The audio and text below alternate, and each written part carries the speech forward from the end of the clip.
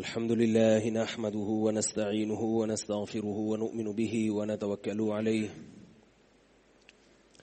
ونعوذ بالله من شرور أنفسنا ومن سيئات أعمالنا. کیا کہہ رہے ہیں؟ تو کہاں ہیں ساتھی دوسرے؟ ان کو بلائیں جن کا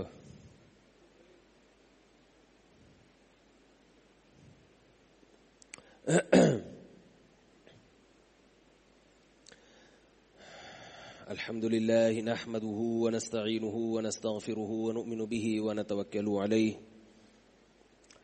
ونعوذ بالله من شرور أنفسنا ومن سيئات أعمالنا من يهده الله فلا مضل له ومن يضلل فلا هادي له ونشهد أن لا إله إلا الله وحده لا شريك له ونشهد أن محمدا عبده ورسوله صلی اللہ تعالی علیہ وعلی آلہ واصحابہ وبارک وسلم تسلیما کثیرا. اس کو ہٹا دیں بھائی. ٹھیک ہے.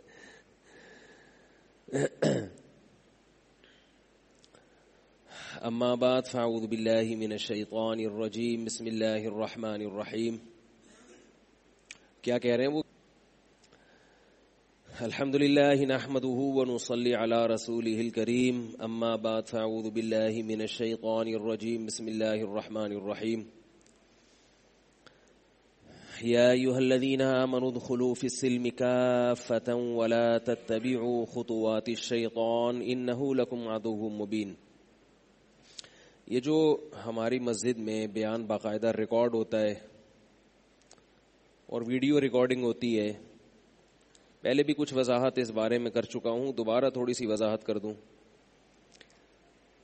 مسئلہ یہ ہے کہ باطل جس میدان میں کام کر رہا ہو، جس میدان میں جنگ کر رہا ہو، اسی میدان میں اتر کے اگر لڑائی لڑو گے تو پھر فتح ہوگی. اس میدان کے علاوہ کہیں اور لڑنا شروع کر دو گے تو بے وقوفی اور حماقت ہوگی. ابھی بھی بہت سے حضرات اس کو ناجائز سمجھتے ہیں. ان کے اخلاص پر، ان کی نیتوں پہ کوئی شبہ نہیں ہے، لیکن ایسا معلوم ہوتا ہے کہ وہ زمانے کی میں جو اس وقت تبدیلیاں ہو چکی ہیں ان سے ناواقف ہیں. ایک عالم سے کسی نے سوال کیا، ایک پروفیسر صاحب کے بارے میں، کہ وہ آج کل بہت زیادہ گمراہی پھیلا رہے ہیں، تو آپ ان کی گمراہی کے خلاف بیان کیوں نہیں کرتے؟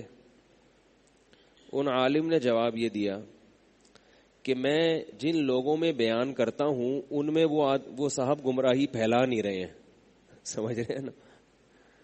میرے بیان جس طبقے میں ہوتے ہیں وہ تو ان کو جانتے ہی نہیں ہیں، اور جو لوگ ان کو جانتے ہیں ان تک اپنی آواز پہنچانے کے لیے مجھے ان کیمروں کا اور ان چینلز کا استعمال کرنا پڑے گا جو چینلز وہ استعمال کر رہے ہیں، اور ان چینلز اور ان کیمروں کے استعمال کو آپ حرام کہتے ہیں. تو یہ عجیب بات ہے کہ جس طبقے کے خلاف کام کرنا پڑے گا تو اسی میں آ کے کرنا پڑے گا نا. اب دیکھو، یہ جو آج کل فلمیں ڈرامے بنائے جا رہے ہیں اس میں اسلام کی حقیقت کو مسخ کیا جا رہا ہے لاشعوری طور پر. یہ سب چیزیں میڈیا پہ دکھائی جا رہی ہیں. اسلام کے کچھ چیزیں ایسی ہیں جو بالکل بنیادی ہیں، ان کو آپ ہلا نہیں سکتے. کسی نے مجھے ایک کلپ بھیجا واٹس ایپ پہ. میں واٹس ایپ پہ کلپ دیکھتا نہیں ہوں، کبھی کبھار کوئی بہت ہی اہم بندہ ہو، کلپ کے عنوان سے لگ رہا ہو تو وہ میں دیکھ لیتا ہوں. انہوں نے کلپ بھیجا، اس کلپ میں کوئی ڈرامے کا کلپ تھا. وہ اس میں یہ دکھایا گیا کہ ماں بیٹی کو کہہ رہی ہے کہ شوہر سے طلاق لے لو، عدت کے بعد کہیں اور شادی کر لینا. بیٹی جواب میں کہتی ہے بھاڑ میں جائے عدت. کیا جواب میں کہتی ہے؟ بھاڑ میں جائے. عدت کا حکم کس نے دیا ہے؟ قرآن نے دیا ہے نا. لا تخرجوہن من بیوتہن ولا یخرجن. سورہ طلاق کی ابتدائی آیات ہے کہ طلاق کے بعد خود بھی بیوی کو گھر سے نہ نکالو اور بیوی کے لیے بھی جائز نہیں ہے کہ وہ گھر سے نکلے. اور فقہائے کرام جو قرآن و سنت کو بہت اچھی طرح سمجھتے ہیں یہ میں اس لیے بار بار بتا رہا ہوں کہ اچھی طرح سمجھتے ہیں کہ ایک طبقہ ایسا بھی پیدا ہو گیا ہے جو یہ کہتا ہے کہ ہم قرآن کو اچھا سمجھتے ہیں، فقہ اچھا نہیں سمجھتے تھے. اس لیے میں جو بھی جملہ کہتا ہوں نا وہ بے معنی نہیں ہوتا، اس کا کوئی مطلب ہوتا ہے. فقہائے کرام جو قرآن و سنت کو ہم سب سے زیادہ اچھا سمجھتے ہیں وہ یہ کہتے ہیں کہ طلاق کے بعد چاہے ایک ہو یا تین ہو، اگر یہ خطرہ ہو کہ شوہر کی نیت غلط ہے، وہ دوبارہ اس سے ہم بستری کر سکتا ہے. ایک طلاق کے بعد تو رجوع کا حق ہوتا ہے، تین کے بعد، یا ایک طلاق اگر بائن ہو، نکاح ٹوٹ گیا ہے اس سے، تو اگر خطرہ ہو کہ مرد دوبارہ اس سے ہم بستری نہ کر لے یا کوئی ادھر ادھر سے فتویٰ نہ لے آئے حلال کرانے کے لیے اس کو، تو یہ اگر ڈر ہے تو بیوی کو نہیں کہا جائے گا کہ وہ شوہر کا گھر چھوڑے، شوہر کو کہا جائے گا کہ وہ گھر چھوڑ کے چلا جائے. جب تک عورت کی عدت پوری نہیں ہو جاتی شوہر اس گھر میں نہیں رہے گا، کیونکہ اس سے خطرہ ہے عورت کو. کیوں؟ شوہر کے بارے میں قرآن نے نہیں کہا کہ وہ گھر سے نہیں نکل سکتا، عورت کے بارے میں قرآن نے کہا ہے کہ وہ گھر سے نہیں نکل سکتی. سمجھ رہے ہو بات کو؟ نہیں نکل سکتی، شوہر کو نکالا جائے گا. ہاں شوہر تیار ہی نہیں ہے شریعت کے مسئلے پر عمل کرنے کے لیے، تو پھر عورت کو کہا جائے گا کہ اس سے خطرہ ہے، تو اس مجبوری میں عزت کی حفاظت کے لیے ماں باپ کے گھر عدت گزارے. تو قرآن نے اتنا واضح بیان کیا کہ طلاق کے بعد عورت پر عدت لازم ہے. ایک حکم ہو گیا قرآن کا. دوسرا قرآن کیا حکم دے رہا ہے کہ جس عورت کی عدت ابھی باقی ہے، شوہر کی ڈیتھ ہو گئی یا شوہر نے طلاق دے دی، عدت باقی ہے، تو اس دوران عورت کے لیے شادی کرنا تو دور کی بات، عورت کی طرف کوئی صریح لفظوں میں نکاح کا پیغام بھی نہیں بھیج سکتا. نہیں یاری بات، صریح لفظوں میں نکاح کا پیغام بھی، یہ دیکھو بدماشی، یہ ہمارا پیس ہے. بدماشی دیکھ رہے ہیں آپ؟ ایسا لگ رہا ہے سروے کے لیے آئے. ان کو بھائی ذرا آرام سے ادھر لے جائیں. تو کدھر بات چلی تھی یار؟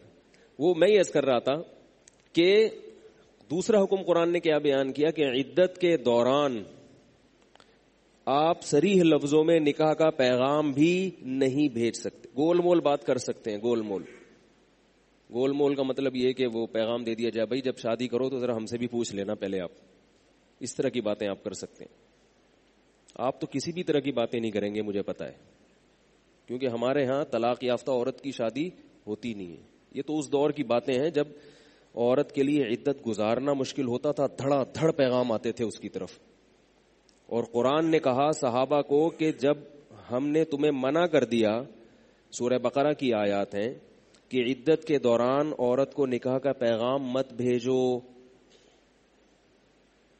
ہم نے منع کر دیا.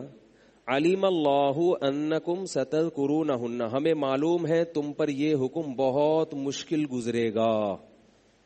ایک عورت بیوہ ہو جائے، اس کو طلاق ہو جائے اور تم نکاح کا پیغام نہ بھیجو، it is too difficult for you. جو لوگ اردو نہیں جانتے تھوڑا سا ان کو بھی، یہ بہت زیادہ مشکل ہے. بولو بھائی آپ کے لیے. یہ کس کو خطاب ہو رہا ہے؟ صحابہ کو. تو کون سی ایسی چیز تھی کہ صحابہ کو اتنا مشکل لگ رہا تھا اس کی عدت کا انتظار کرنا؟ مجھے تانے دیتے ہو شادیوں کا شوق اور شادیاں.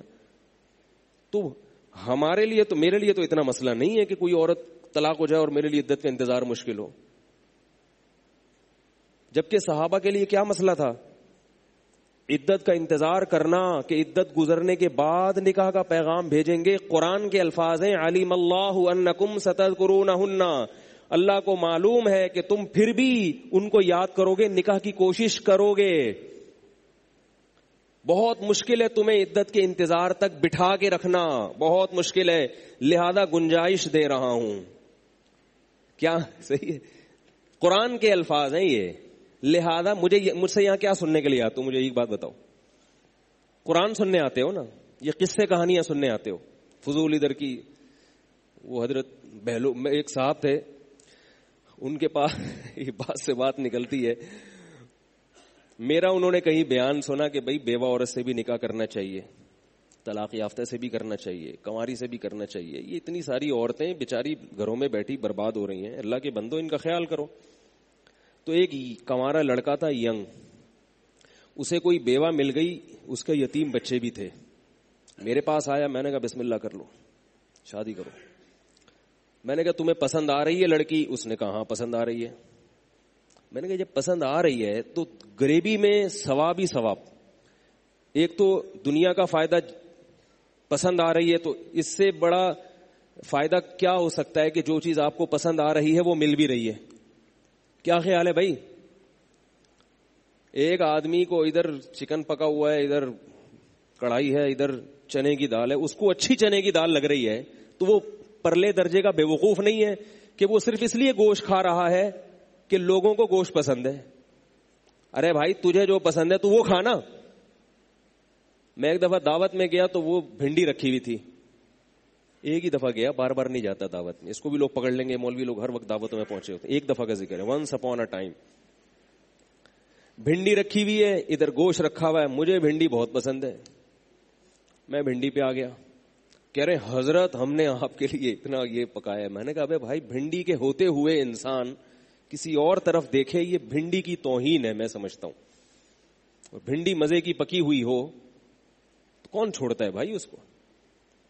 تو چلو دو نوالے ہم وہاں سے بھی کھا لیں گے, آپ نے اتنی محنت سے پکایا ہے, لیکن ہم تو وہ کھائیں گے نا جس کا ہم کو دل چاہ رہا ہے. قاری منصور صاحب جو دریچے والے, دریچہ ضرب مومن میں ایک مضمون چھپا کرتا تھا دریچے کے نام سے, شاید اب بھی چھپتا ہو. قاری منصور صاحب ہیں, وزیر آباد میں بڑے عالم ہیں, اللہ تعالیٰ ان کی عمر میں برکت دے. ان کے ساتھ پرانا واقعہ ہے, 12-13 سال پرانا. میری تشکیل ہو گئی پورے ملک میں بیانات کے سلسلے میں جامعۃ الرشید کی طرف سے, تو وہ بھی تھے, میں ان کی نگرانی میں, میں نے بھی سفر کیا. تو اب ہم جہاں جس شہر میں جائیں بیان کے لیے, ظاہر ہے وہاں جان پہچان والے لوگ دعوت تو کریں گے. اب وہ دعوت کر رہے ہیں تو وہ مرغے اور وہ جیسے دعوت میں ہوتا ہے, وہ بھی تھک گئے مرغے کھا کے اور میں بھی تھک گیا. اب ہمیں یہ ہوتا تھا کہ ایک تو مجھے حضرت کا ملفوظ یاد آتا تھا, ملا کا رزق. ہم جب مولوی بن رہے تھے نا تو لوگ یہ تانا دیتے تھے کہ مولویوں کھاؤ گے کہاں سے, تو حضرت فرماتے تھے کہ اتنا کھاؤ گے کہ جان چھڑانا مشکل ہو جائے گا. اب ہم مصیبت میں بھائی, نہیں کھانا, بھوک نہیں ہے, لیکن جس شہر میں جا رہے ہیں, حیدرآباد گئے, پھر وہاں سے آگے سکھر گئے, پھر میرپور خاص, اور یہ پورا حیدرآباد کور کیا, پھر پنجاب کی طرف نکلے. وہ قاری صاحب بھی تنگ آ گئے کہ بھائی خدا کا واسطہ دال کھلا دو, اللہ کا واسطہ سبزی کھلا دو, کوئی ہلکی چیز کھلا دو. لوگ جہاں بھی جا رہے ہیں تو وہی پھر مرغے لا کے رکھ دیے. تو اس وقت مجھے یاد آتا تھا مگرمچھ کے منگو پیر, سوری منگو پیر کے مگرمچھ, ٹھیک, منگو پیر کے مگرمچھ کو آپ جا کے دیکھیں. لوگ منتیں پوری کرنے آتے ہیں وہاں پر. لوگوں کی منتیں یہ ہوتی ہیں, ان کو جاہل پیروں نے بتایا ہوتا ہے, یار یہ موضوع دائیں بائیں نہ ہو جائے, پتہ نہیں کہاں سے کہاں نکل جاؤں گا, آپ ذرا گچی پکڑ کے رکھیں کہاں سے بات چلی تھی. وہ طلاق کا مسئلہ بیان کر رہا تھا میں. تو منگو پیر میں آپ جا کے دیکھیں مگرمچھ الٹے پڑے ہوئے ہوتے ہیں.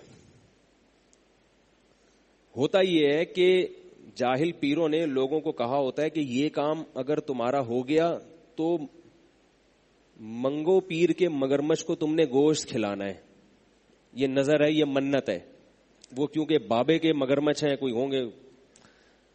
اب کیا ہے کہ ہمارے استاذ حضرت مفتی ابو لبابہ صاحب فرمانے لگے کہ میں منگو پیر گیا, وہ مگرمچھ دیکھنے نہیں گئے تھے, اس کا جو گندھک والا پانی ہے نا وہ صحت کے لیے اچھا ہے, تو وہ پانی لینے کے لیے گئے تھے. تو کہہ رہے ہیں کہ وہاں ہم نے دیکھا کہ لوگ کیا کر رہے ہیں, مگرمچھ تو کھا کھا کے ادموئے ہو گئے, کیونکہ ہر آدمی منت پوری کرنے کے لیے کوئی آدھا کلو گوشت کھلا رہا ہے, وہ کھا نہیں رہا مگرمچھ. وہ کہہ رہے ہیں منت تو نے مانی ہے, میں نے تھوڑی, تو نے کھلانے کی منت مانی ہے, میں نے کھانے کی تھوڑی مانی ہے. میرا پیٹ بھر گیا تو میں کیوں کھاؤں. اب لوگ ڈر رہے ہیں کہ اگر نہیں کھلایا تو کہیں کچھ ہو نہ جائے. اب کیا ہو رہا ہے کہ اس کا طریقہ انہوں نے بنایا کہ وہ جو وہاں رکھوالا ہے نا, جو بھی مجاور ٹائپ کی چیزیں ہوتی ہیں, وہ پیسے لے کے مگرمچھ کو کھلا رہا ہے. وہ کہہ رہا ہے ٹھیک ہے 500 روپے دو گے تو یہ آدھا کلو گوشت میں کھلا دوں گا. اب اس کو 500 روپے ملے تو راڈ لے کے مگرمچھ کا منہ کھولے گا, اس میں گوشت رکھ کے راڈ سے اندر گھسائے گا اس کے. وہ کہہ رہے نہیں کھانا, اللہ کا واسطہ مر جاؤں گا. وہ کہے گا تیرے باپ کو بھی کھانا پڑے گا. وہ کہہ رہا ہے نہیں کھا سکتا, مگر راڈ سے اس کے منہ میں جب گھسڑو گے تو کیا کرے گا بیچارہ. تو ہمارے استاذ حضرت محترم حضرت مفتی ابو لبابہ صاحب فرمانے لگے کہ اللہ جب رزق دیتا ہے تو چھپڑ پھاڑ کے دیتا ہے. اس کی ہم نے مثال دیکھی ہے.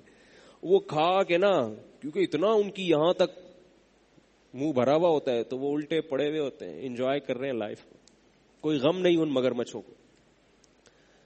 تو مولوی کا رزق ہم نے ایسا دیکھا, جہاں جا رہے ہیں ٹھوس رہے ہیں.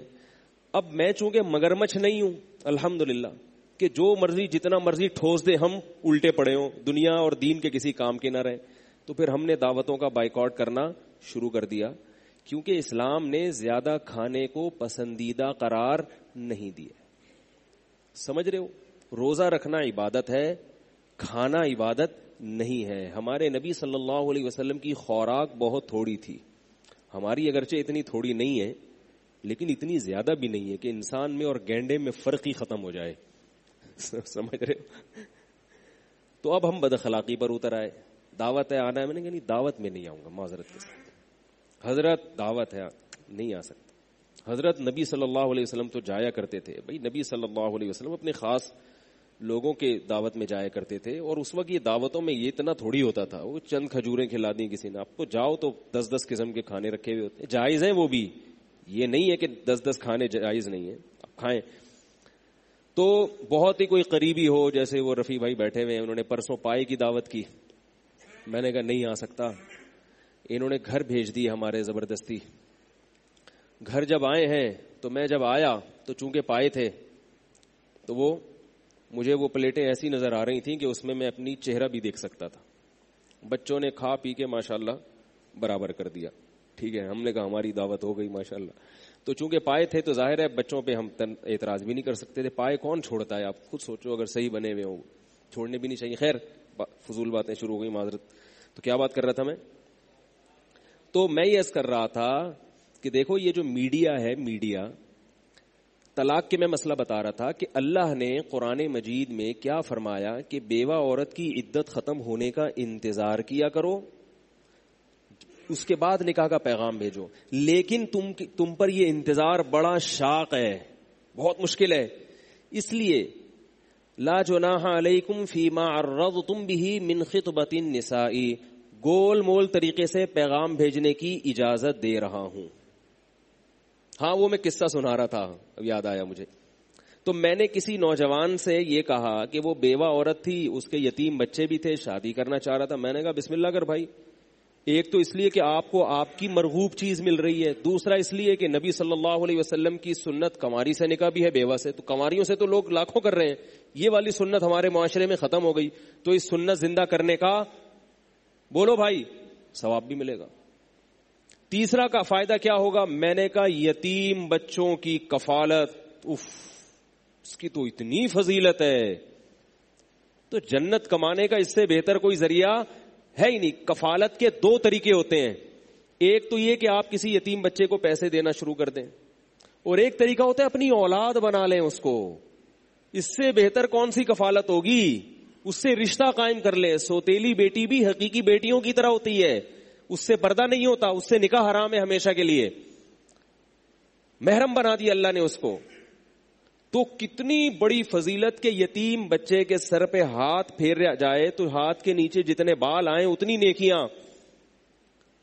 انا وکافل الیتیمین کذا, میں اور یتیم کی کفالت کرنے والا جنت میں اس طرح ہوں گے. تو میں نے کہا بھائی مزہ ہی مزے, موجہ ہی موجہ. تھوڑی سی پنجابی میں پروناؤنسیشن میں مسٹیک ہو جاتی ہے, اس کو نہ پکڑا کریں, سیکھ رہا ہوں آہستہ آہستہ. موجہ ہی موجہ. میں نے کہا اور کیا چاہیے, بسم اللہ کرو یار. اب وہ کسی مولانا صاحب کے پاس چلے گئے, حضرت ایسے مسئلہ ہے میں شادی کر لوں. تو انہوں نے کہا حضرت بہلول رحمۃ اللہ علیہ نے ارشاد فرمایا کہ مجھے نہیں پتا وہ مولانا کون تھے, میں نے ان سے زیادہ تفتیش کی, مجھے اس کی ضرورت نہیں ہے. تو انہوں نے کہا حضرت بہلول رحمۃ اللہ نے فرمایا کہ رشتوں کی 3 قسمیں, کنواری سے نکاح کرو گے تو وہ پوری مکمل تمہاری ہوگی, طلاق یافتہ سے کرو گے تو آدھی تمہاری ہوگی, آدھی پچھلے والے کی ہوگی. ٹھیک ہے. بیوہ سے نکاح کرو گے اور بچے بھی ہوں تو بالکل بھی تمہاری نہیں ہوگی, کیونکہ وہ اپنے پرانے شوہر کی یادیں بھی ہوں گی اور اپنے بچوں کی طرف بھی توجہ اس کی زیادہ ہوگی, تمہیں ٹائم نہیں دے گی. میں نے کہا یہ بہلول رحمۃ اللہ علیہ سے ہی جا کے پھر فتوی لیا کرو. حضرت بہلول رحمۃ اللہ علیہ بزرگ تھے, اس میں کوئی شبہ نہیں ہے کہ اللہ کے بندو بزرگوں کا احترام ایک الگ چیز ہے, مگر کیا قرآن و سنت نے ہمیں رہنمائی نہیں کی ہے؟ میں جو تقلید کا حکم دیتا ہوں وہ مجتہدین کی تقلید کا کہتا ہوں, سمجھ رہے ہو؟ جو محققین گزرے ہیں, جنہوں نے قرآن و حدیث پہ ریسرچ کر کے ہمارے سامنے قرآن و حدیث کے مسائل رکھے, ان کی تقلید ہے. باقی یہ نہیں کہ جو آئے ہر ایک اس کی تقلید کرنا شروع کر دو. مجتہد کی تقلید جائز کیا بلکہ ضروری ہے, اور غیر مجتہد چاہے کتنا ہی بڑا بزرگ کیوں نہ ہو اس کی تقلید جائز نہیں ہے. سمجھ رہے ہو کہ نہیں سمجھ رہے؟ تقلید مجتہدین کی ہوتی ہے, غیر مجتہد کی تقلید نہیں ہوتی. تو اب میں عرض کر رہا تھا کہ صحابہ کرام جو تھے, اچھا یہ جو ہے نا, یہ جو جواب دیا کہ بیوہ بالکل بھی تمہاری نہیں ہوگی پوری, یہ غلط ہے, جواب بھی غلط ہے. یہ اول تو قرآن و سنت نے جب ایک چیز کی ترغیب دے دی تو ہمیں حضرت بہلول رحمۃ اللہ علیہ کے ارشاد کی کیا ضرورت ہے؟ انہوں نے اگر بالفرض فرمایا بھی ہے تو بھئی غلطی ہو گئی. انسان ہے, ہر وقت ہر چیز مستحضر نہیں رہتی. اور دوسری بات یہ ہے کہ ایسا ضروری نہیں ہے, عین ممکن ہے وہ بیوہ آپ سے زیادہ محبت کرے یہ سوچ کر کہ ہمارے معاشرے میں بیوہ عورت سے نکاح کوئی نہیں کرتا اور بچے کوئی نہیں پالتا, تو میرے میاں نے اتنا میرا خیال کیا کہ مجھ سے نکاح بھی کیا اور میرے بچوں کی کفالت بھی کی, تو عین ممکن ہے اس بنیاد پر وہ ایسی وفا کر کے دکھائے جو وفا کوئی کنواری لڑکی نہیں کر سکتی. سمجھ میں آ رہی ہے؟ دوسری بات یہ کہ دیکھو قرآن مجید نے اللہ کے نبی سے فرمایا کہ ہم آپ کا نکاح کرائیں گے بیوہ عورتوں سے بھی, طلاق یافتہ سے بھی اور کنواریوں سے بھی.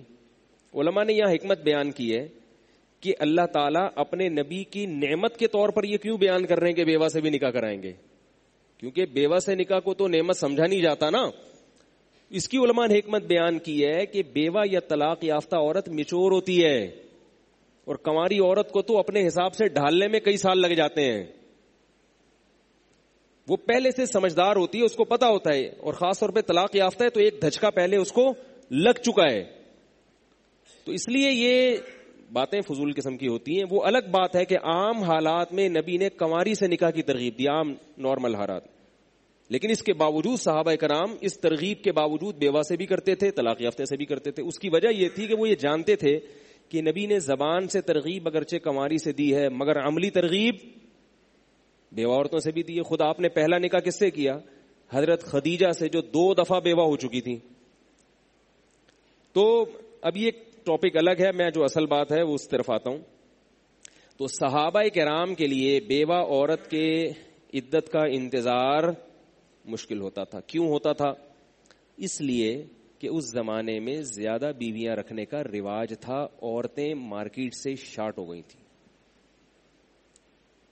عورتیں خواتین مارکیٹ میں شارٹ. جب ایک آدمی 3-3 4-4 رکھے گا تو کنوارے تو سڑکیں ناپیں گے نا. اتنی عورتیں تھوڑی پیدا ہوتی ہیں کہ ایک کے مقابلے میں 4 پیدا ہو جائیں. ایک اشکال کا جواب بھی دے دوں, آج کل مجھ پہ ایک اور طنز ہو رہا ہے. ہم ابھی جو مردم شماری ہوئی ہے, مردم شماری, اس میں پاکستان میں دکھایا کہ مرد زیادہ ہیں خواتین کم ہیں. اس پر بعض لوگوں نے بہت ہی طنز کیے. انہوں نے بولا یہ مولوی کا تو سارا فلسفہ ہی شادیوں والا برباد ہو گیا, ایسے فضول. تو میں نے جو فلسفہ پیش کیا ہے اس میں نے ہرگز یہ دعویٰ نہیں کیا کہ 4 شادیاں اس وقت ضروری ہیں جب عورتیں زیادہ ہوں مرد کم ہوں.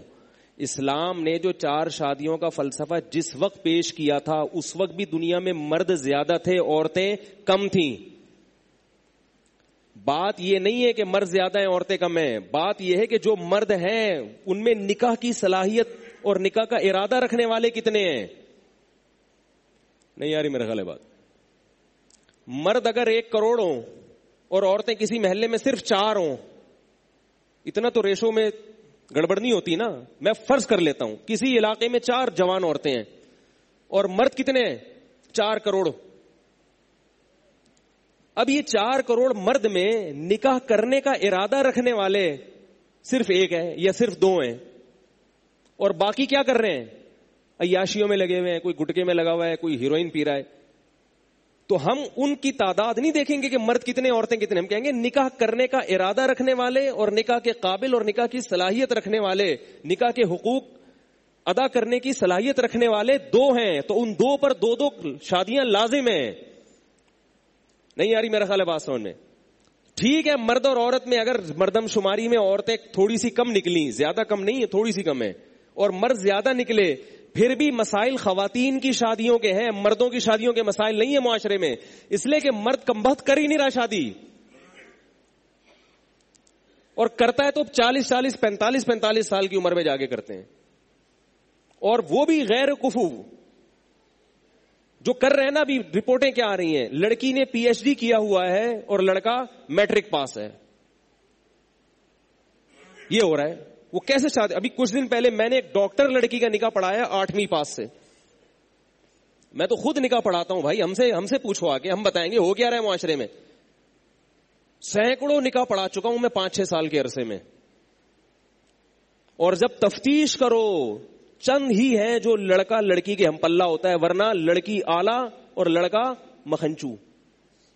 اس کے مقابلے میں کوئی جوڑ ہی نہیں بیٹھ رہا, اور ماں باپ مجبور ہیں. اب ایک ڈاکٹر لڑکی کی شادی 8ویں پاس سے ہو رہی ہے, کامیاب ہوگی شادی, لیکن وہ ماں باپ اس لیے کر رہے ہیں کہ بھائی یہ ہاتھ سے چلا گیا تو یہ بھی آپشن نکل جائے گا.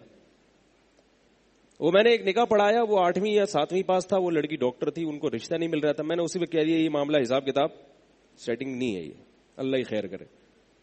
وہ طلاق ہو گئی بعد میں, کیونکہ وہ جو 8ویں پاس تھا وہ سالہ کچھ کرتا ہی نہیں تھا. اب اس کمبخت نے نکاح بھی اس لیے کیا کہ لڑکی ڈاکٹر ہے, مجھے بھی کھلا دے گی اور خود بھی کھا لے گی. شادی کر رہا ہوں تو یہ خود بھی کھائے گی اور الحمدللہ مجھے بھی کھلائے گی. یہ تو فطرت کے خلاف چل گئے نا, تو کہاں سے کامیابی ہوگی. لڑکی والوں نے یہ بھی مان لیا کہ چلو میاں نام کی کوئی چیز تو ملے گی پبلک کو دکھانے کے لیے, ہاں یہ میرے میاں ہیں. لیکن وہ زیادہ عرصہ نہیں چلا, کیونکہ وہ سارے خرچے عورت پہ ڈال دیے انہوں نے. مجھے پھر وہ لطیفہ یاد آتا ہے کہ ایک آدمی نے ایک اخبار میں اشتہار دیا کہ ایک ویکینسی کا اعلان کیا کہ بھئی ایک بندہ چاہیے مجھے, وہ میرے گھر کے کام کاج کرے گا. تنخواہ کیا ہے؟ تنخواہ یہ ہے کہ 2 وقت کا کھانا فری, دوپہر کا کھانا بھی فری اور رات کا کھانا بھی فری, بس یہی تنخواہ ہے. کام بھی تھوڑا صحیح ہے, زیادہ نہیں ہے. بہت سے غریب ہوتے ہیں جن کو بیچاروں کو کھانے کو ہی نہیں مل رہا ہوتا, انہوں نے کہا چلو یار اس کے گھر جائیں گے, کام کریں گے, کچھ نہیں دے رہا تو دوپہر اور رات کا کھانا مل جائے گا. 2-3 لوگ پہنچ گئے, انہوں نے کہا ہاں بھائی کیا کام ہے بتاؤ. انہوں نے کہا داتا دربار سے 2 بریانی لانی ہے, دوپہر کو بھی رات کو بھی, ایک خود کھانی ہے اور ایک مجھے کھلانی ہے. کام کیا ہے؟ داتا دربار سے قورمہ بھی ہوتا ہے, بریانی بھی. میں کبھی نہیں گیا داتا دربار پہ, لیکن سنا ہے کہ قورمہ بھی چلتا ہے اور بریانی بھی. تو ایک وقت قورمہ اٹھا کے لے آنا 2 بندوں کا, ایک خود کھانا اور ایک کھلانا. تو جب لڑکا اس بیس پہ عورت سے شادی کر رہا ہے کہ کمائے گی بھی یہ, تو یہ داتا دربار والی مثال نہیں ہے. بھائی لڑکی تو اس لیے نکاح کرتی ہے کہ ذمہ داری تم اٹھاؤ گے اور میں اپنے ماں باپ کے گھر چھوڑ کر تمہارے گھر قربانی دے کے آ جاؤں گی. وہ قربانی بھی دے رہی ہے اور کمبخت داتا دربار سے 2 بریانی بھی لے کر آ رہی ہے تجھے کھلانے کے لیے. یہ ہو رہا ہے معاشرے میں. اور اگر آپ کہتے ہو نہیں ہو رہا تو میرا خیال ہے آپ چشمے کا نمبر چینج کر دیں. پہلی فرصت میں انصاری یہاں پر ایک آئی کلینک ہے, بہت اچھی نظر چیک کرتے ہیں, آپ ان کو نظر دوبارہ چیک کروائیں, چشمے کا نمبر فوراً چینج کریں تو آپ کو معاشرے میں یہ حرکتیں, چھچوری حرکتیں نظر آئیں گی. تو ٹھیک ہے مرد اگر بالفرض اول, تو یہ جو مردم شماری کی رپورٹ ہے پورے ملک کے حساب سے ہے, اور پورے ملک میں دیہات زیادہ ہیں. پاکستان کی 75 یا 80% آبادی دیہاتوں کی ہے, تو دیہاتوں میں لڑکے زیادہ پیدا ہوتے ہیں, لڑکیاں کم ہوتی ہیں. شہروں میں عورتیں زیادہ ہیں, مرد کم ہیں, اور مسائل شادیوں کے دیہاتوں میں نہیں ہے, شہروں میں. میں بات شہروں کی کر رہا ہوں. اب یہ جو میں نے دعویٰ کیا کہ شہروں میں لڑکیاں زیادہ ہوتی ہیں اور دیہاتوں میں لڑکے زیادہ, اس کی دلیل کیا ہے اس کو سمجھیں, کیونکہ جو بھی بات آدھی چھوڑ دو نا تو لوگ اس پہ کلپ بنا کے مارکیٹ میں چڑھا دیتے ہیں. تو اب ہر بات جب کرنی ہوتی ہے تو پھر مکمل کرنی پڑتی ہے. اس کی دلیل ہے فیملی پلاننگ. جس معاشرے میں فیملی پلاننگ کا رواج ہوگا وہاں لڑکوں کی تعداد زیادہ ہو ہی نہیں سکتی, ناممکن ہے. کیوں؟ دیکھو فیملی پلاننگ کا مطلب یہ ہوتا ہے کہ 2 بچے ہی اچھے یا 3 بچے ہی اچھے. قدرت آپ کو جتنے بچے دینا چاہتی ہے آپ اس پہ راضی نہیں ہوتے. آپ نے اپنا خود ایک ذہن بنا دیا میرے 3 ہوں گے, میرے 2 ہوں گے. یہی ہوتا ہے نا فیملی پلاننگ. اب اگر وہ 2 میں ایک لڑکا پیدا ہو گیا تو آپ اپنی فیملی کو روک دیتے ہیں. صحیح ہے نا, کیونکہ آپ کو لڑکا بھی مل گیا اور لڑکی بھی مل گئی. لیکن اگر لڑکا پیدا نہیں ہوا, 3 لڑکیاں ہو گئیں, تو آپ لڑکے کی لالچ میں نسل بڑھاتے ہو. اس وجہ سے لڑکیوں کا گروتھ ریشو بڑھتا ہے, لڑکوں کا گروتھ ریشو نہیں بڑھتا. یہی وجہ ہے کہ آج سے 10-15 سال پہلے حکومت پاکستان سائن بورڈ پہ یہ اعلان لگاتی تھی, جو خدا کی قسم میں نے خود کئی بار پڑھا ہے, کہ بیٹی کی لالچ میں کنبا نہ بڑھائیں. بیٹے کی لالچ میں کنبا نہ بڑھائیں, بیٹی بھی اللہ کی رحمت ہے. اس کا مطلب لوگ بیٹے کی لالچ میں کنبا بڑھا رہے ہیں اور بیٹیوں کی تعداد بڑھا رہے ہیں. بیٹوں کی تعداد اتنی نہیں بڑھتی, بیٹیوں کی تعداد بیٹوں کی لالچ میں بڑھنا شروع ہو جاتی ہے. پچھلی دفعہ میں نے بم کا بولا تھا, میزائل تک آ گیا تھا میں, اب ایٹمی دھماکہ کرنا پڑے گا. بات آ رہی ہے سمجھ میں؟ اپنے خاندان میں دیکھ لو, آپ کو اپنے خاندان میں 8 بیٹے 9 بیٹے نہیں نظر آئیں گے, اللہ ماشاء اللہ 6 7 7 8 بیٹیاں بہت نظر آئیں گی. اور یہ وہ لوگ ہیں کہ بھی لڑکے کی لالچ میں انہوں نے کنبا بڑھایا ہے. اب پھر سوال پیدا ہوتا ہے کہ انڈیا میں فیملی پلاننگ کا بھرپور رواج ہے, چائنا میں فیملی پلاننگ کا بھرپور رواج ہے, مگر وہاں لڑکے زیادہ ہیں لڑکیاں کم ہیں. تو یہ کوئی مجھ پر اعتراض کر سکتا ہے کہ چائنا میں لڑکے زیادہ کیوں ہیں, لڑکیاں کم کیوں ہیں؟ انڈیا میں بھی لڑکے زیادہ ہیں, عورتیں کم ہیں. اتنی کم ہو رہی ہیں انڈیا میں عورتیں کہ انڈین گورنمنٹ نے لڑکی کی پیدائش پہ اب الاؤنس دینا شروع کر دیا ہے. ان کو یہ کہ لڑکیوں کی نسل ہی کہیں ختم نہ ہو جائے.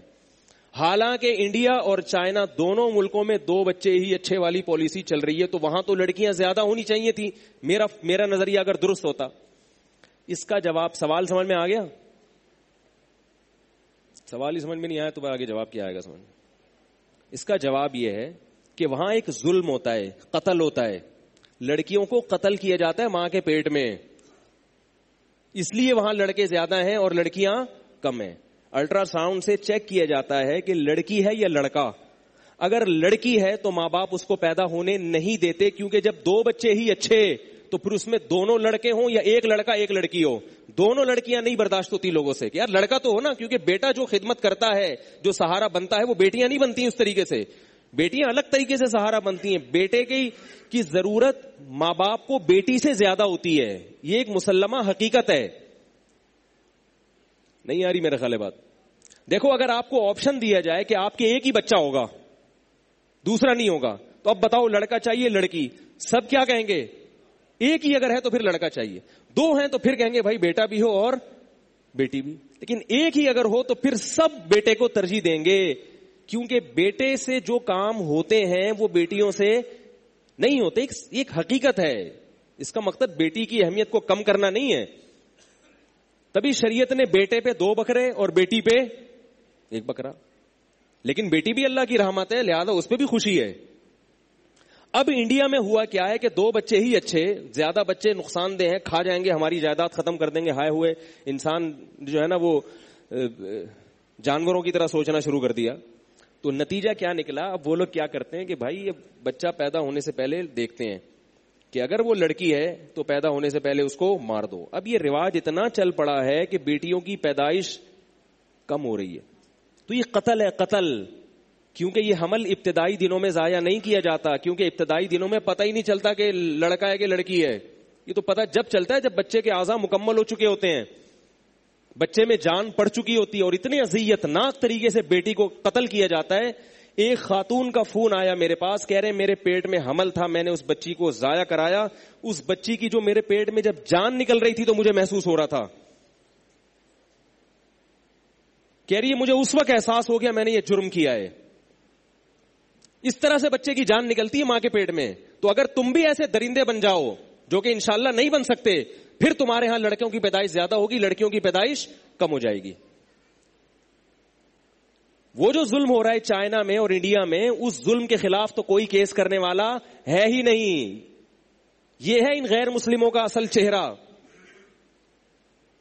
ویسے بڑے سوٹ ٹائی میں گھوم رہے ہوتے ہیں, تھینک یو اور اچھے اخلاق سے بات کرنا. تو نے اپنی بیٹی کو ماں کے پیٹ میں مار دیا, تو اب کس منہ سے کسی سے اچھے اخلاق سے بات کرتا ہے بھائی؟ وَإِذَا الْمَوْءُودَةُ سُئِلَتْ بِأَيِّ ذَنبٍ قُتِلَتْ, اللہ فرماتے ہیں اس بچی سے میں پوچھوں گا جس کے باپ نے اسے قتل کیا تھا, بتا تجھے کس جرم میں قتل کیا گیا, بتا تجھے کس جرم میں دنیا سے آنے سے روکا گیا ہے. جب لڑکے کو پیدا ہونے کا حق ہے تو لڑکی کو بھی حق ہے یا نہیں ہے؟ تو اگر آپ اس کی گروتھ ریشو کو اپنے ہاتھ میں لیں گے کہ 2 بچے ہی اچھے, تو پھر یہ جو نیچرل گروتھ ریشو ہے کہ اللہ جس کو چاہتا ہے لڑکے زیادہ دے دیتا ہے, جس کو چاہتا ہے لڑکیاں زیادہ دے دیتا ہے, اور جس کو چاہتا ہے دونوں ہی زیادہ دے دیتا ہے, اس نیچرل گروتھ ریشو میں خلل واقع ہوگا. اور یہ جو گروتھ ریشو کی قدرتی ترتیب ہے یہ بگڑ جائے گی, اور یہ مصنوعی ترتیب بن جائے گی جس میں انسان کا دخل ہوگا.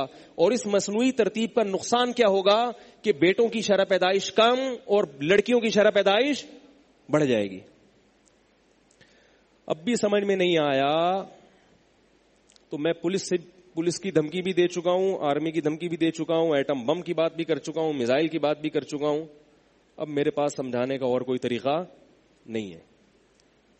تو کوئی نیا میزائل آئے گا تو پھر انشاءاللہ متعارف کروائیں. اس لیے اللہ اور اس کے رسول صلی اللہ علیہ وسلم نے جو نظام دیا ہے, خدا کی قسم اس کا کوئی آلٹرنیٹ دنیا میں کسی کے پاس نہیں ہے, کوئی نہیں ہے. ان ملکوں میں حمل گرانے کو جرم نہیں سمجھا جاتا, اس لیے ان کے ہاں یہ نارمل بات ہے. اسلام میں حمل گرانا جرم ہے. کیوں جرم ہے؟ اور ان کے ہاں جرم کیوں نہیں ہے؟ ان کے ہاں جرم اس لیے نہیں ہے کہ جو اسمبلی میں بیٹھ کے قانون بنانے والے ہیں وہ سارے یہ کام کرتے ہیں. اور اس قانون کے خلاف آواز اٹھانے والا کون تھا؟ وہ حمل جسے گرایا جا رہا ہے, وہ بچی یا بیٹا جس کو ماں کے پیٹ میں قتل کیا جا رہا ہے نا, اس نے آواز اٹھانی تھی نا. تو اس مظلوم کی وکالت کرنے والا اسمبلی میں کوئی ہے ہی نہیں. چونکہ اس مظلوم کا وکیل اللہ ہے, اس لیے اللہ نے قرآن میں پابندی لگا دی. تو جب پابندی لگا دی تو مسلمان اس پابندی کو فالو کرتا ہے, اور اس کے لیے وہ اسمبلی سے قانون کی منظوری کا انتظار, بولو نا یار, نہیں کرتا وہ. اس لیے ہم کہتے ہیں مذہب کو فالو کیے بغیر آپ دنیا میں اچھے انسان نہیں بن سکتے, آپ کو فالو کرنا پڑے گا. یہ جو کہتے ہیں نا مذہب کچھ نہیں ہوتا, بس اچھا ہی اچھا ہوا ہے, جو اچھا ہے, برا ہے وہ برا ہے, ایسا نہیں ہوتا. ایسا کرو گے تو کوئی بھی نہیں آئے گا, ایسا کرو گے تو کوئی بھی نہیں آئے گا. تو اب میں جو میڈیا کی بات کر رہا تھا, پہلے میں وہ صحابہ کا مکمل کر دوں کہ وہ کیوں کرتے تھے. کیونکہ اچھا ایک اور بات, میں یہ جو کہتے ہیں مرد عورت کی ریشو برابر ہے یا مرد زیادہ ہیں اور مجھ پر اعتراض کر رہے ہیں, ان سے میں ایک یہ بھی سوال پوچھتا ہوں کہ میں تو 4 شادیوں کی ترغیب دیتا ہوں, تو اگر یہ گروتھ ریشو پر موقوف ہے تو 4 شادیوں کی ترغیب تو اس وقت جائز ہوگی جب ایک کے مقابلے میں 4 عورتیں پیدا ہوں, ایک مرد کے مقابلے میں, جو کہ اس کائنات میں کبھی ہوا ہی نہیں ہے. اتنا عورتوں کا گروتھ ریشو کبھی بڑھا ہی نہیں ہے کہ 1 لاکھ مرد ہوں تو 5 لاکھ عورتیں ہوں, ایسا نہیں ہوتا کبھی بھی, یہ 4 لاکھ عورتیں ہوں. تو اس کا مطلب کیا ہے؟ 4 کی ترغیب کیوں ہے اس کو سمجھو. ترغیب اس لیے ہے کہ سپلائی کے مقابلے میں ڈیمانڈ بڑھ جائے. کاش سمجھا سکتا. سپلائی کے مقابلے میں ڈیمانڈ بڑھ جائے. کیا مطلب؟ 1 لاکھ عورتیں ہیں کسی بستی میں, 1 لاکھ عورتیں, اور اسی بستی میں مرد بھی 1 لاکھ ہیں, سمجھ رہے ہو؟ اب ہر مرد کوشش کرے گا کہ 4 کی, تو عورت کو اختیار, یہ تھوڑی ہے کہ کوئی زبردستی اس کو چوتھی بیوی بنا لے وہ بن جائے. عورت کیا کرے گی؟ وہ یہ دیکھے گی کہ میری طرف دوسری والے نے بھی پیغام بھیجا ہے, تیسرے والے نے بھی بھیجا ہے, چوتھے والے نے بھی بھیجا, اور کنوارے بھی بہت پڑے ہوئے ہیں, تو وہ پاگل ہے کہ دوسری والے سے کرے گی, وہ یقیناً کسی کنوارے کو ترجیح دے گی. ہم عورت کو تھوڑی کہتے ہیں کہ کسی مرد کی چوتھی بیوی بنو بھائی. ہم عورت کو یہی کہتے ہیں کہ اگر کوئی کنوارا ہے تو اس کنوارے کو ترجیح دو, دوسری والے کو ترجیح مت دو. نہیں آ رہی میرا خیال ہے بات. باقی یہ کہ پھر جب وہ ترجیح نہیں دے گی تو پھر ہوگی کیسے؟ بعض دفعہ ایسا ہوتا ہے کہ کنوارا اتنا مکھنچو ہوتا ہے کہ عورت کے سامنے یہ کہتی ہے کہ میں اس مرد کی 10ویں بیوی بن جاؤں گی مگر اس کمبخت کی ہیروئنچی کی پہلی بھی گوارا میں، کیونکہ مردوں میں برائیوں کا ریشو ہر دور میں عورتوں سے زیادہ رہا ہے. مردوں میں شراب کا ریشو عورتوں سے زیادہ ہے یا نہیں ہے؟ مردوں میں چرس ہیروئن کا ریشو عورتوں سے زیادہ ہے یا نہیں ہے؟ مردوں میں قتل و غارت ڈکیتی ان کا ریشو عورتوں سے زیادہ ہے یا نہیں ہے؟ کسی ڈاکو کے حوالے کر سکتے ہو اپنی بہن بیٹی کو؟ کسی چرسی ہیروئنچی کے حوالے کر سکتے ہو؟ اب ایک ہیروئنچی ہے، یہ ایک شرابی ہے جو پہلی کر رہا ہے، اور ایک آدمی ایسا ہے جو پڑھا لکھا ہے، عزت دار ہے، شریف ہے، وہ چوتھی کر رہا ہے، تو آپ اس کنوارے پر اس چوتھی کو ترجیح دو گے. اس سے فائدہ کیا ہوگا کہ عورت کے لیے اچھے رشتے کے انتخاب میں سلیکشن آسان ہو جائے گی. یہ مطلب نہیں ہے کہ اس معاشرے میں ہر آدمی 4 کر بھی لے گا، کر نہیں سکتا وہ 4. اتنی ہے اللہ نے پیدا ہی نہیں کی. 2-4 لوگ 4 کریں گے، کچھ 3 کریں گے، کچھ 2 کریں گے، کچھ 1 کریں گے، اور بہت سارے سڑکیں ناپتے رہیں گے. یہ وہ ہوں گے جن کو سب نے مسترد کر دیا تھا. ظاہر ان میں کوئی خرابی تھی کہ کوئی ان کی پہلی بیوی بننے کے لیے بھی تیار نہیں ہوئی. یہ مطلب ہے 4 کا. اب بھی سمجھ میں نہیں آیا تو بھائی اب بول لیں یار، پولیس کو بلا ہی لیں، بلا ہی لیں، بہت ہو گئی. تو بات آئیے سمجھ میں. تو میں جو آپ کو 2-2 3-3 کی ترغیب دیتا ہوں، آپ کو دیتا ہوں، عورتوں کو کبھی بھی نہیں دیتا کہ کسی مرد کی دوسری بنے. وہ ان سے کہتا ہوں، میرے پاس خواتین کے فون آتے ہیں، حضرت وہ فلاں نے دوسری شادی کے لیے پیغام بھیجا ہے، میں کر لوں؟ کہتا ہوں کیوں، کنوارے سے کیوں نہیں کر رہی آپ؟ کہہ رہی آپ خود ہی تو ترغیب دیتے ہیں 2-2 شادیوں کی. میں کہتا ہوں میں عورتوں کو نہیں مردوں کو دیتا ہوں. بھائی آپ کیوں کسی کی دوسری بیوی بن رہی ہو؟ جب آپ کو پہلی والا مل رہا ہے اچھا، تو آپ پہلی والے کو ترجیح دو. سمجھ میں نہیں آ رہی میرا خیال ہے بات. اور مرد کو میں کہتا ہوں کہ تم دوسری کی کوشش کرو. اگر تمہیں کوئی مل گئی، اس کا مطلب ہے تمہارے اندر کوئی ایسے سرخاب کے پر تھے کہ اتنے کنواروں کو چھوڑ کر تمہارے ان سرخاب کے پروں پہ اس کی نظر گئی اور تمہیں دوسری پر بھی اس نے ایکسپٹ کر لیا. یہ مطلب ہے، سمجھ رہے ہو؟ تو اس لیے مرد زیادہ ہوں عورتیں زیادہ ہوں، اس سے ہمارے فلسفے پر کوئی فرق نہیں پڑتا، کیونکہ قرآن و سنت کا فلسفہ ہے. یہ ایسا نہیں ہے کہ اللہ اس کے رسول نے ایک چیز کہہ دی اور وہ زمانے کے لحاظ سے بھی قیامت تک چلے گا یہ فلسفہ. اور اس فلسفے کا مقصد یہ ہرگز نہیں ہے کہ ہر مرد 4 کر بھی لے. اتنی عورتیں پیدا اللہ نے کبھی کی نہیں ہے. اس کا مقصد ہے کہ سپلائی کے مقابلے میں ڈیمانڈ بڑھ جائے. اور اکنامکس کا اصول ہے کہ ڈیمانڈ زیادہ ہو، سپلائی کم ہو تو چیز کی ویلیو بڑھ جاتی ہے. اور ڈیمانڈ کم ہو، سپلائی زیادہ ہو، جیسے آج کل خواتین کا مسئلہ ہے، ڈیمانڈ ہے ہی نہیں، مرد کر ہی نہیں رہے، کر رہے ہیں تو بہت تھوڑے، اور جو کر رہے ہیں وہ بھی 40 سال کے، اور وہ بھی 7ویں کا لڑکا کر رہا ہے کس سے؟ PhD لڑکی سے. خوبصورت چاہیے، خوبصورت. میں نے بتایا تھا نا ایک لڑکا خوبصورت، میں نے کہا شیشے میں اپنی شکل دیکھ لو ایک دفعہ. اگر یہ نین نقش تمہیں لگے کسی بھی لحاظ سے خوبصورت ہے تو پھر ٹھیک ہے، کوئی خوبصورت مل جائے گی. عجیب عجیب سی چیزیں ہیں مارکیٹ میں. کیا چاہیے لڑکی ان کو؟ خوبصورت چاہیے. تو اپنا بھی تو دیکھنا حساب کتاب. ایسی بے جوڑ شادیاں ہو رہی ہیں اس زمانے میں. تو کیا بات تھی یار، بہت اہم بات تھی، ذہن سے نکل گئی. سپلائی اور ڈیمانڈ کے بارے میں ایک بات آئی تھی، سپلائی اور ڈیمانڈ کے بارے میں کہ سپلائی زیادہ. ہاں ایک آخری بات کر کے میں پھر اسی چینل کی طرف آتا ہوں. آپ بھی کہیں گے آخری کر کے پورا لپیٹ دیتے ہیں. تو سپلائی اور ڈیمانڈ کی میں ایک مثال دیتا ہوں. دیکھو اب بہت ساری کمپنیاں ایسی ہیں جنہوں نے مارکیٹ میں مال پھینکنا شروع کر دیا. فریج بنانے والی کمپنیاں اور فریج مارکیٹ میں پھینکنے والی کمپنیاں کم ہیں یا زیادہ ہیں؟ زیادہ ہیں نا. اب آپ جب بازار میں فریج لینے کے لیے جاتے ہو تو اتنی کمپنیاں ہیں کہ آپ کہتے ہو یہاں سے لوں، یہاں سے لوں، یہاں سے لوں. ڈیمانڈ کے مقابلے میں سپلائی چونکہ زیادہ ہو گئی، لہذا کمپنیوں نے انعامی اسکیمیں نکالنا شروع کر دی. وارنٹی، یہ واشنگ مشین لے جاؤ 1 سال کی وارنٹی، یہ فریج لے جاؤ 1 سال کی. میں نے اپنے گھر کے لیے فریج خریدا تو انہوں نے کہا گھر بھی ہم ہی پہنچائیں گے. کیوں؟ کسٹمر کم ہے، بائر زیادہ ہیں. اب ہر آدمی چاہ رہا ہے میں اپنا مال نکالوں. یہ جو ہمارے معاشرے میں جہیز آیا ہے نا، جہیز، یہ اسی وجہ سے آیا ہے کہ ڈیمانڈ کم ہے، سپلائی، عورتیں پیدا اسی حساب سے ہو رہی ہیں جیسے پہلے ہوتی تھیں. ڈیمانڈ کم ہو گئی، زنا کی وجہ سے ڈیمانڈ کم ہوئی، لڑکوں نے زنا شروع کر دیا. اسی طرح لڑکوں میں جو موت کا تناسب ہے وہ بڑھ گیا ہے.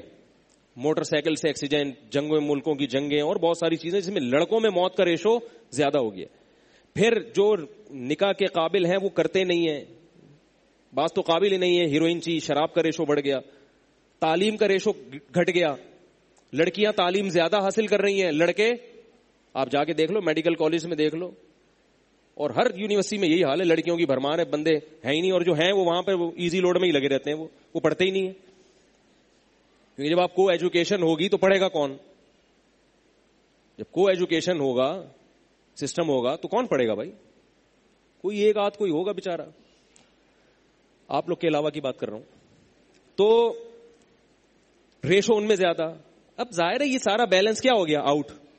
تو اب لڑکیوں سے جس قسم کے بندے کو شادی کرنی چاہیے تھی اس قسم کا بندہ خواتین کو نہیں مل رہا. اب بندے گھیرنے کے لیے انعامی اسکیم ہے. باپ کہتا ہے بھائی تم میری بیٹی سے شادی کرو, مہر 500 روپے. اتنے کم مہر آ رہے ہیں کہ میں حیران ہو رہا ہوں یار, یہ مہر ہے 2000 روپے, 5000 روپے, 10,000 روپے, 20,000 روپے, یہ مہر ہے. آپ اپنے باپ دادا سے پوچھو, ماں سے پوچھو اپنی اماں تمہارا مہر کتنا تھا, نانی سے پوچھو, دادی سے پوچھو, اس زمانے کے لحاظ سے وہ آج کے 4-4, 5-5 لاکھ روپے کم از کم بنتے ہیں. کم سے کم غریبوں کے مہر کی بات کر رہا ہوں میں. یہ جو مہر شریعت نے مرد پہ واجب کیا, جس کی بہت اہمیت ہے, وہ اونے پونے.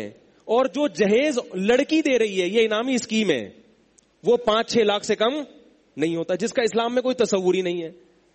یہ انعامی اسکیم ہے بھائی, تو شادی کر لے, اچھا بندہ مل گیا, ڈبل بیڈ فری.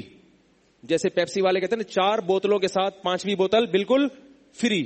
جب پیپسی کی سپلائی زیادہ ہوتی ہے نا, کمپنی کبھی زیادہ بنا لیتی ہے, بک نہیں رہی ہوتی, تو کیا کہتے ہیں 4 بوتلوں پہ 1 بوتل فری ہوتا ہے نہیں. تو اب لڑکیوں کے والدین بزبان حال کہہ رہے ہیں یار اچھا رشتہ ہے, ڈاکٹر مل گیا ہماری بچی کے لیے ماشاءاللہ, مولوی مل گیا, ایسا تو کوئی بھی نہیں سوچتا کہ اتنے اچھے عالم مل گئے. اس لیے میں مثالیں وہ دیتا ہوں جو چل رہی ہیں مارکیٹ میں. ڈاکٹر مل گیا ہمیں, انجینئر مل گیا, اتنا اچھا, تو بیٹا تم شادی کر لو, ڈبل بیڈ فری. زبان سے یہ نہیں کہتا, تعبیر یہ نہیں ہوتی, لیکن عملی طور پر ہو یہی رہا ہے, ڈبل بیڈ بالکل فری.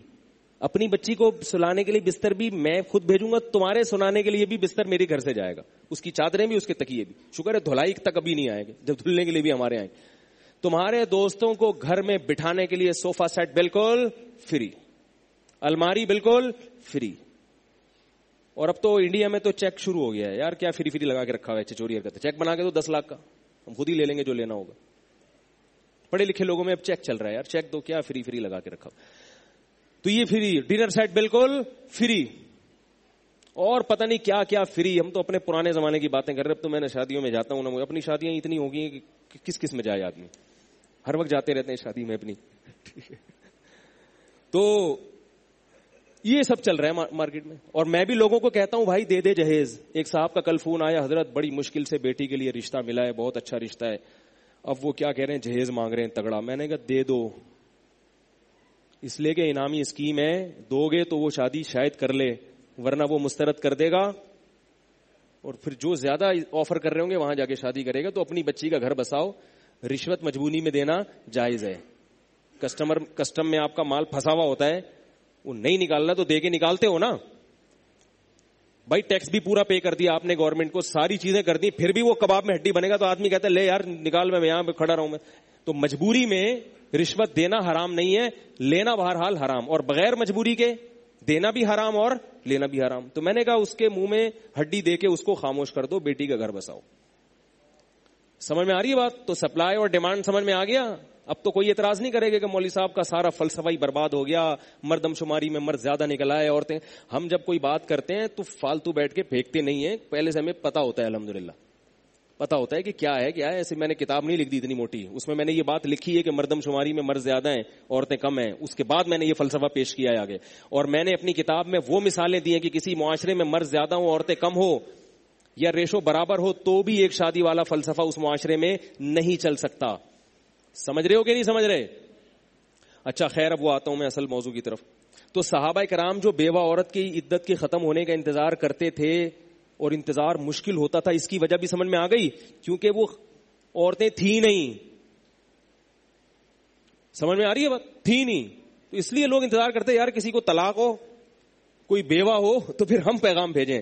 اب ایسی کنڈیشن میں جب ایک آدمی کو رشتہ ہی نہیں مل رہا, اور اس کو پتا چلے کہ وہ بیوہ ہو گئی ہے, اور تو وہ تو بیچارہ خوش ہو جائے گا نا کہ یار اب میں کرتا ہوں. اب صحابہ کرام میں مشکلات یہ پیش آتی تھی ان کو کہ اب ظاہر ہے جب آپ چاہ رہے ہیں تو دوسرے بھی چاہ رہے ہوتے تھے. کیا خیال ہے؟ تو اب عدت گزرنے کے بعد خطرہ یہ ہوتا تھا کہ میرے سے پہلے اس نے اگر پہل کر دی تو پھر شریعت کہتی ہے جب کوئی پہل کر دے تو اس کے پیغام پر پیغام مت بھیجو. لا یخطب احدکم علی خطبۃ اخیہ، جب کسی نے کسی خاتون کی طرف نکاح کا پیغام بھیجا ہو تو تم اس پیغام کے اوپر دوسرا پیغام نہ بھیجو، اس کو ہاں یا نہ ہونے دو. تو صحابہ کو یہ ڈر تھا کہ جیسے ہی عدت پوری ہوگی کوئی اور نے اگر پہل کر دی تو ہمارے ہاتھ سے یہ رشتہ بھی نکل جائے گی. یہ مجبوری تھی معاشرے کی. اور اس کی حدیث میں مثالیں ملتی ہیں. حضرت فاطمہ کو طلاق ہوئی، ان کے شوہر نے طلاق دی تو حضرت فاطمہ، یہ نبی صلی اللہ علیہ وسلم کی بیٹی فاطمہ نہیں، دوسری فاطمہ، وہ کہتی ہیں کہ جیسے ہی مجھے طلاق ہوئی ہے تو بہت سارے لوگوں کے رشتے آنا شروع ہو گئے. اور وہ سارے سردار تھے. حضرت معاویہ رضی اللہ تعالیٰ عنہ وہ عرب کے سردار، ابو الجہم عرب کے سردار، عبد الرحمن ابن عوف بہت بڑے صحابی. اور خطاب کا لفظ ہے جو جمع کثرت میں آتا ہے. بہت سارے لوگوں نے پیغام بھیجا، کہہ رہے نبی صلی اللہ علیہ وسلم نے مجھے کہا کہ جب تمہاری عدت پوری ہو جائے تو مجھے بتانا. نہیں آئی بات سمجھ میں؟ جب تمہاری عدت پوری ہو جائے تو مجھے بتانا، یا کیا مطلب؟ کہیں اور ہاں کرنے سے پہلے ذرا پوچھ لینا مجھ سے. یہ ہے وہ اشارتن کنایتن پیغام کہ بھئی ایک دم پیغام نہیں بھیجا، فرمایا جب ہو جائے تو عدت پوری ہوتا ہے بتا دینا. جیسے ہی عدت پوری ہوئی ہے فرمانے میں آئی نبی کے پاس. نبی نے فرمایا میرا منہ بولا بیٹا زید ابن حارثہ، اس سے نکاح کر لو. کس سے نکاح کر لو؟ تو نبی نے اپنے منہ بولے بیٹے کے لیے پیغام بھیجنا چاہتے تھے مگر عدت کے دوران نہیں بھیجا. حضرت فاطمہ فرماتی ہے میں نے عرض کیا یا رسول اللہ، حضرت معاویہ نے بھی نکاح کا پیغام بھیجا ہے، ابو الجہم نے بھی بھیجا ہے. آپ صلی اللہ علیہ وسلم نے فرمایا اما معاویہ فصعلوک لا مال لہ، معاویہ بہت غریب ہے، اس کے پاس بالکل بھی پیسے نہیں ہے. اب دیکھو حدیثوں کو، ایک طرف نبی صلی اللہ علیہ وسلم نے غریب آدمی کو بھی نکاح کی ترغیب دی ہے. بہت اہم ٹیکنیکل بات ہے، اللہ کے لیے سمجھ میں آ جائے. صحیح بخاری میں ہے کہ آپ نے ایک ایسے غریب کا نکاح پڑھایا جس کے پاس صرف ایک چادر تھی، لوہے کی انگوٹھی بھی نہیں تھی، کچھ بھی نہیں تھا ان کے پاس، صرف ایک چادر نیچے کا تہبند. ان کا نکاح پڑھایا آپ صلی اللہ علیہ وسلم نے. اور قرآن میں بھی آتا ہے نکاح کرو، اگر غریب بھی ہوگے اللہ برکت دے دے گا. دوسری طرف آپ صلی اللہ علیہ وسلم کیا فرما رہے ہیں؟ معاویہ بہت غریب ہیں، ان سے نکاح مت کرو. کیا مطلب؟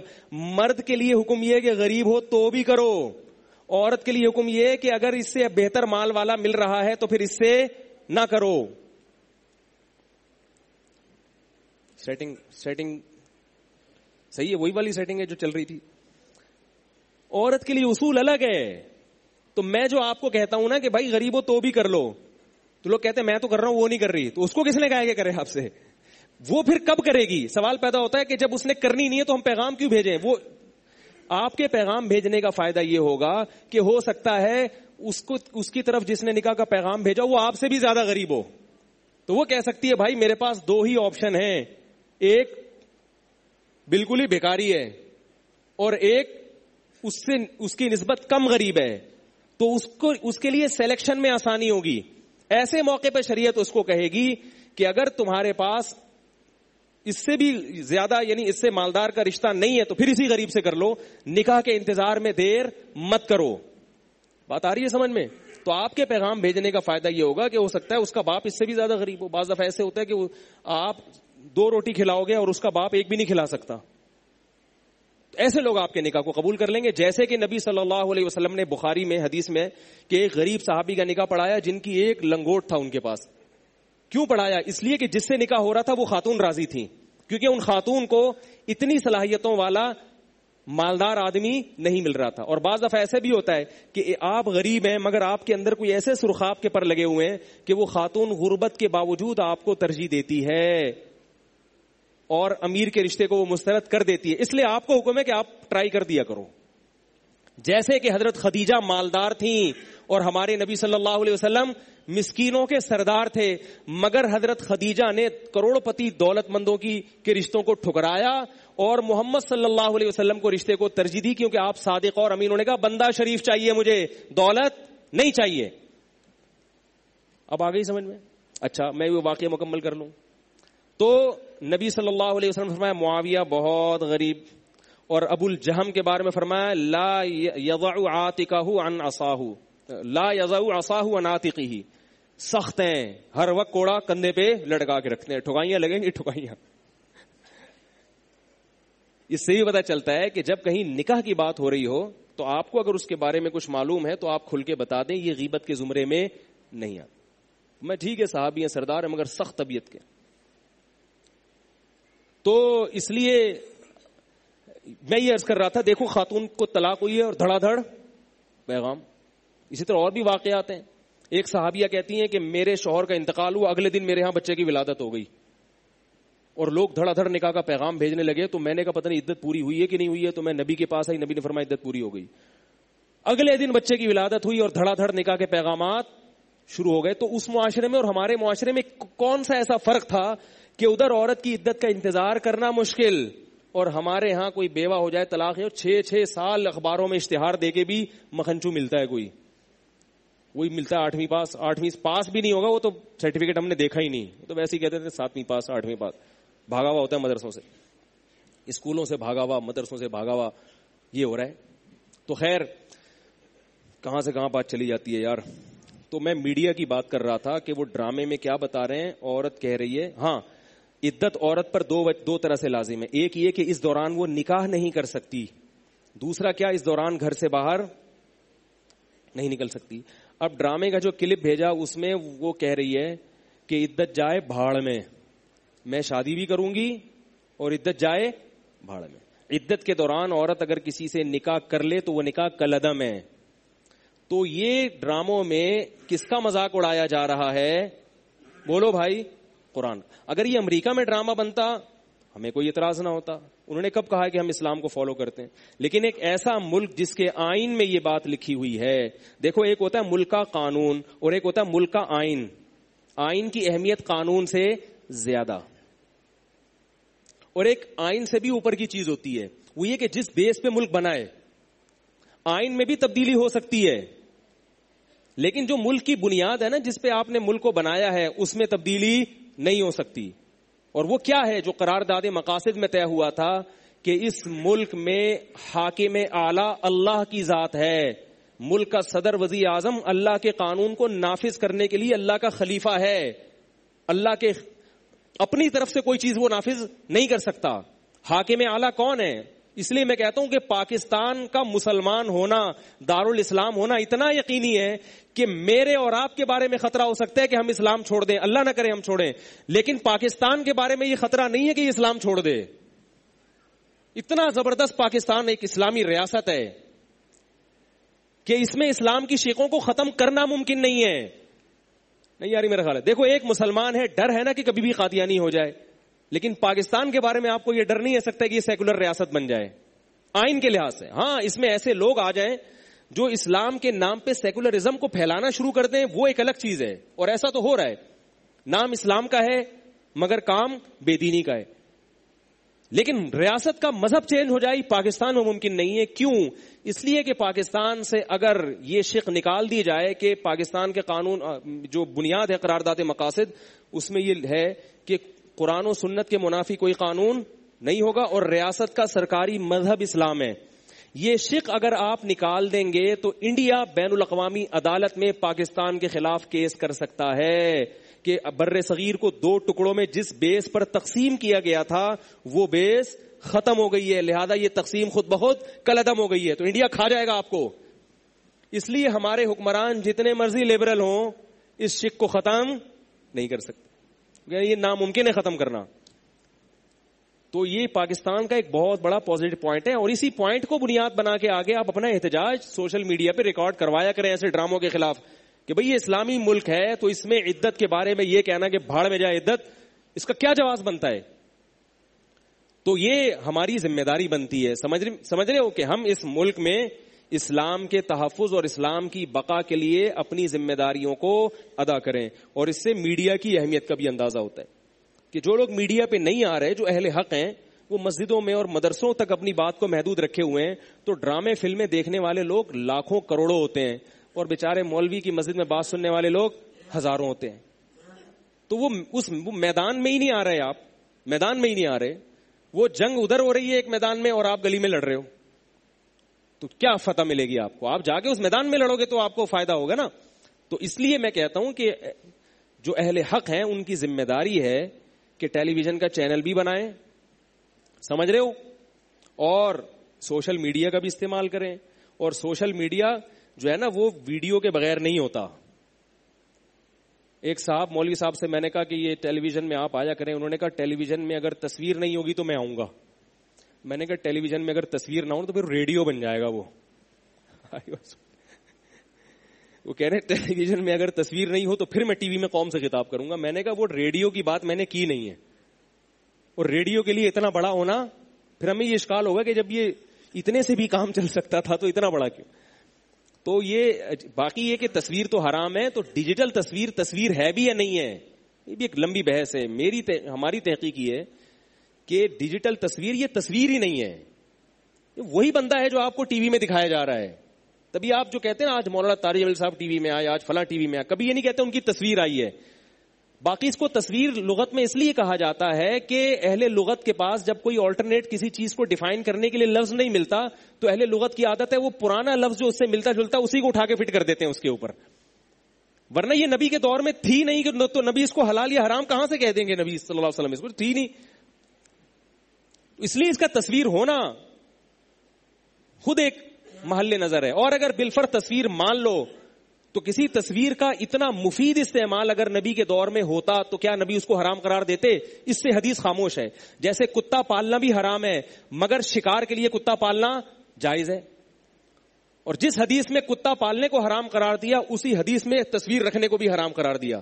لیکن کتا پالنے کی اجازت دی گئی, تصویر کی اجازت نہیں دی گئی, کیونکہ کتے کے اس وقت استعمال مفید بھی تھے, تصویر کا کوئی مفید استعمال نہیں تھا. تو میں کہتا ہوں کتے سے آپ شکار کرتے ہیں جبکہ وہ بندوق سے بھی ہو سکتا ہے, تو شکار کے لیے کتا پالنا اگر جائز ہے تو باطل کا مقابلہ جو پوری دنیا میں کفر پھیلا رہا ہے اس کی اہمیت شکار سے زیادہ ہے یا نہیں ہے؟ اس کے لیے ڈیجیٹل تصویر کو استعمال کرنا کیوں جائز نہیں ہوگا بھائی؟ نہیں آ رہی تو پھر ٹھیک ہے, نمبر میں دے دیتا ہوں آپ کو, خود ہی بلا لیں. اللہ تعالی ہم سب کو سمجھنے کی, عمل کرنے کی توفیق عطا فرمائے. یہ سوالات ہیں بیان